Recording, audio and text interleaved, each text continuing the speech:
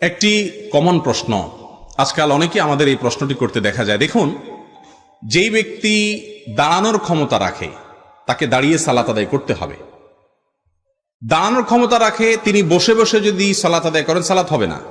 হ্যাঁ, দাঁড়াইতে পারেন কিন্তু রুকু করতে পারেন না, অর্থাৎ কোমর ভাঙতে পারেন না, অনেক ব্যথা হয়, অসহনীয় ব্যথা, অথবা তার স্থায়ী রোগ হওয়ার আশঙ্কা আছে, পড়ে যাওয়ার আশঙ্কা আছে, অথবা রুকুও করতে পারেন কিন্তু সিজদায় যেতে আসতে পারেন না, কষ্ট হয়, অনেক কষ্ট।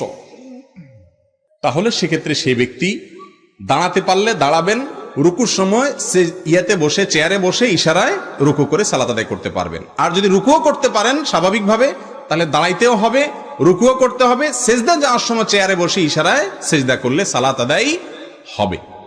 একচেটিয়া চেয়ারে বসে নামাজ হবে না, এই ফতোয়াও সঠিক না। আবার একটু কোমর ব্যথা হইলেই চেয়ারে বসে নামাজ শুরু করে দেওয়া